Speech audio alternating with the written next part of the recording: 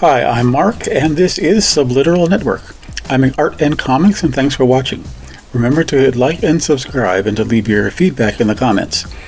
I post art daily, 5 days a week on Instagram, Facebook, and Twitter, and this is a roundup of some of that work, in case you missed it, with a little more detailed description added. You can read my Una the Cave Bunny comics free at radiocomics.com, and my one-shot comic called Searchers is now available at burningstarcomics.net. Please visit my Patreon page if you'd like to support my work.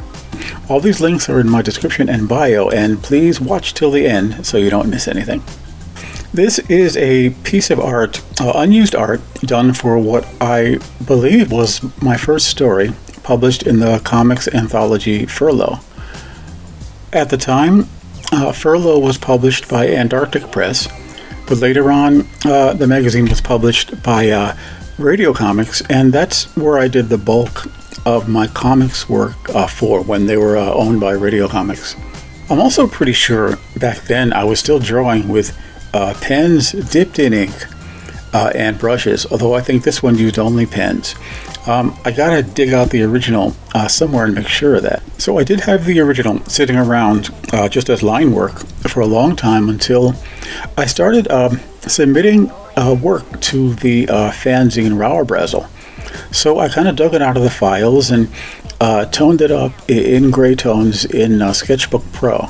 At the time, I would spend my time writing trains in Manhattan with my little tiny tablet, working in Sketchbook Pro, and just doing all kinds of work, taking work out of my old files and coloring or toning it up.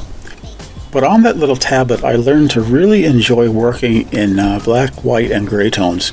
I always did enjoy it. I like the look of it, and I kind of wish more people appreciated it. You know, people have a color work is so easily available, and people just jump to it now because it's a lot easier to produce work in color these days.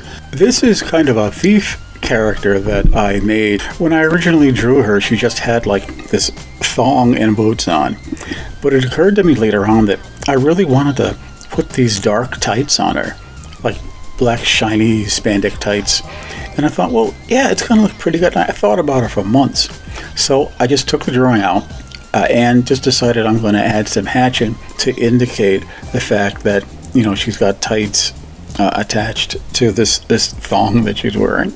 I thought it was going to look kind of cool, and I was right, man. I love the way it came out.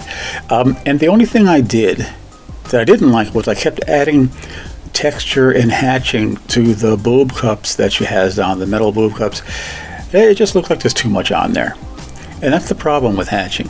When you start adding lines to a drawing and just adding texture everywhere, it's just easy to go overboard because, I don't know, it seems like a lot of us, and I'm included, have this idea that more lines means it's a better drawing. And that is almost never the case. I think that the issue always is control. You have to control where you're putting it and for what purpose, and have a pattern, kind of a tonal pattern in mind. Otherwise, you're just drawing lines because maybe you're nervous, or you think it's not going to look good enough, or it's not detailed enough, and you're overthinking it.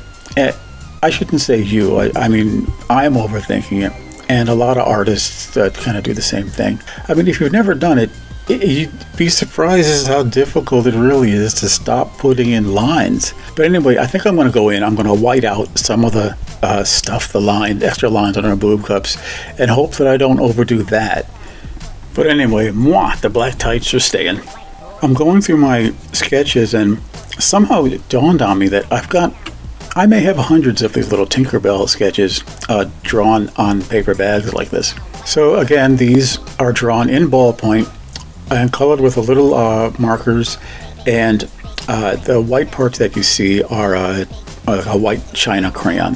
But what happened was, for Christmas, I had gotten my daughters some of those new Tinkerbelle stories in books with the nice watercolor paintings. I'd gotten them a bunch of those, and then the illustrations were just gorgeous. And the one thing that stuck out for me, from those books, was that they had given Tinkerbelle this little equipment belt with these little bags, I guess of fairy dust or something.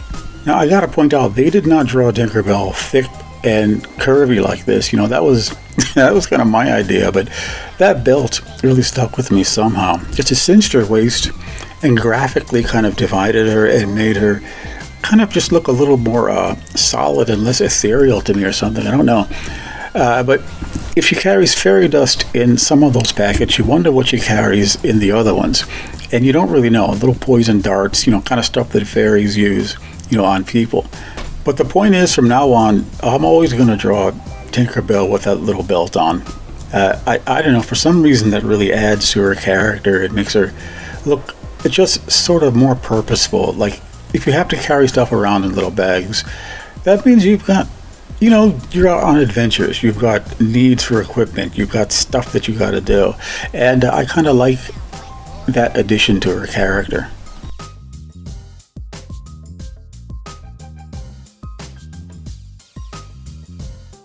Thanks for watching.